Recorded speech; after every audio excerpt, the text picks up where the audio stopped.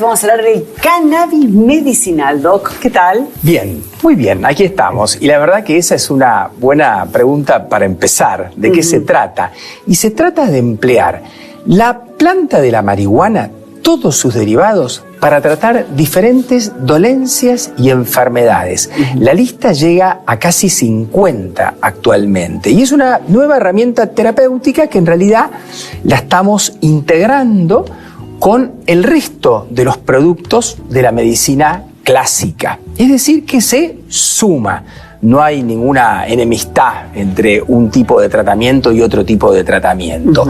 Y cuando la gente pregunta, a mí me gusta mucho aclararles que no hay un solo cannabis medicinal, sino que hay muchísimas fórmulas con más o menos THC, CBD, CBN, CBG, diferentes tipos de terpenos, flavonoides, porque la planta de la marihuana tiene 750 sustancias químicas distintas, tiene más de 120 cannabinoides y en realidad, si vos me preguntaras cuántas plantas diferentes hay clasificadas, hay más de 15.000 y esos son 15.000 fórmulas distintas. A estas fórmulas a su vez vos las podés preparar como aceite, que es lo que la gente conoce, pero también lo puedes preparar como una solución para vaporizar, como un parche, como una cápsula, como una crema, un ungüento, gente que una come resina. También puede formar parte de alimentos, por supuesto. Está la parte cosmética, la parte médica, la parte nutricional. Si realmente es muy amplio. ¿Y cuál es el mayor beneficio que tiene? Mira, yo te podría decir que dentro de la neurología hay un grupo muy amplio de patologías, algunas como con más evidencia científica, otras que están todavía en camino, pero avaladas, cuando vos metés en el PubMed la palabra cannabis medicinal, por 25.000 trabajos científicos. ¿Qué fue lo primero que escuchamos? El tema de la epilepsia refractaria.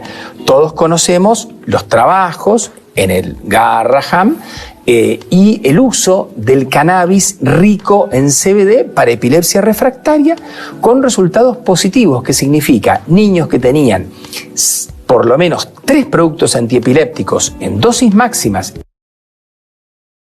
que seguían convulsivando, que mejoran agregándoles el cannabis entre un 40 y un 80%. Realmente es una mejoría muy significativa. Pero también tenés el dolor oncológico y no oncológico. Fibromialgia, neuralgias, migrañas, la neuralgia del trigémino, por ejemplo. Tenés otras patologías, la espasticidad que se te da en la esclerosis múltiple cuando no responde a los productos clásicos para la espasticidad. Pueden mejorar entre un 20 y un 30% con una fórmula de cannabis que tiene una relación 1 a 1 entre THC y CBD. Pero tenés también un montón de otras aplicaciones. Pensá en la gente que tiene problemas para dormir, los insomnios. Pensá en los trastornos de ansiedad. Por ejemplo, doctor, uno dice cannabis, estoy usando cannabis para dormir. Uno dice, pero no es adictivo. Realmente el margen de adicción es muy, muy bajo. Por ejemplo, el CBD no tiene adicción. Vos pensás que está autorizado para ser empleado en niños de más de 2 años de edad. ¿Por qué tiene tan mala prensa? Lo que pasa es que ahí la mala prensa viene de que estuvo prohibida en 1960, digamos. Entró en las listas negras de medicamentos y de drogas. La mala prensa tuvo que ver básicamente con, bueno, por supuesto que siempre son muchas las razones, pero hubo como una campaña porque el cannabis se interpuso en varias cuestiones industriales. Competía contra la fibra de algodón primero, la fibra sintética, competía contra diferentes partes de la industria farmacéutica, competía contra los opioides, competía contra el mismo tabaco, competía contra la fibra, porque ustedes saben que se puede aprovechar el cáñamo para hacer sogas y otras aplicaciones ya más industriales y no médicas. Entonces, la competencia generó una campaña de, yo diría, de satanización del cannabis y quedó afuera desde el punto de vista de las legislaciones. Sí, hoy en día se están volviendo para atrás. Pero se retrasaron las investigaciones también. Sí, se retrasaron y también te diría que se taparon un poco, porque en realidad nosotros tenemos las primeras referencias muy fuertes de investigación, con pruebas incluso para la epilepsia, que arrancan de los años 60 con un investigador muy importante que fue Rafael Mechoulam. Cuando vos lees la historia y los trabajos científicos que están publicados por él y por todo su equipo, que es el que armó todo lo que conocemos hoy en día. Vos pensás que, vos decís, THC y CBD son cannabinoides. Resulta que ¿por qué actúan en tu cuerpo? Porque tenés receptores a esa sustancia química de la planta. ¿Y por qué tenés que ver con una planta? ¿Por qué tenés un receptor para un producto que está en la planta? Porque vos fabricás cosas parecidas a la planta. Vos tenés endocannabinoides. Y doctor, si por ejemplo hay alguien que está fumando cannabis y yo inhalo eso, ¿me puede hacer bien? ¿Me puede hacer mal? ¿No me afecta? No, básicamente no te va a afectar. Ahora, lo que nosotros decimos y lo que yo digo como médico es que si vos querés la vía respiratoria para el cannabis, no te conviene fumarlo. A ver, ¿cuál es la ventaja?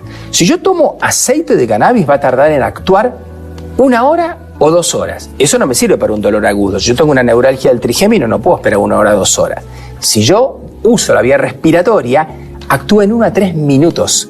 Pero en vez de fumarlo, que genera un montón de tóxicos, porque la brasa que tiene 1500 grados quema sustancias beneficiosas, pero genera tóxicos, vaporizalo, lo pones en un aparatito que se le pone o la resina de la planta, obtenida de manera completamente limpia, por ejemplo, por una prensa, o se le pone directamente el material, que sería como el cogollo picado, pero eso entre 160 y 200 grados no genera tóxicos, se absorbe en 1 a 3 minutos y ejerce su efecto médico. De hecho, que en Europa el cannabis medicinal se usa muchísimo en forma de vaporizadores, no tanto como nosotros que lo usamos en aceite. Claro, acá en Argentina también es bueno aclararlo que está habilitado nada más para epilepsia refractaria a nivel de ANMAT todavía, y están en proceso de habilitación. O sea, de que otros en la farmacia medicamentos. se vende nada más que ese. Sí, únicamente para epilepsia refractaria. Les cuento que hay una modificación de eso. Ya no está más el límite de la epilepsia refractaria.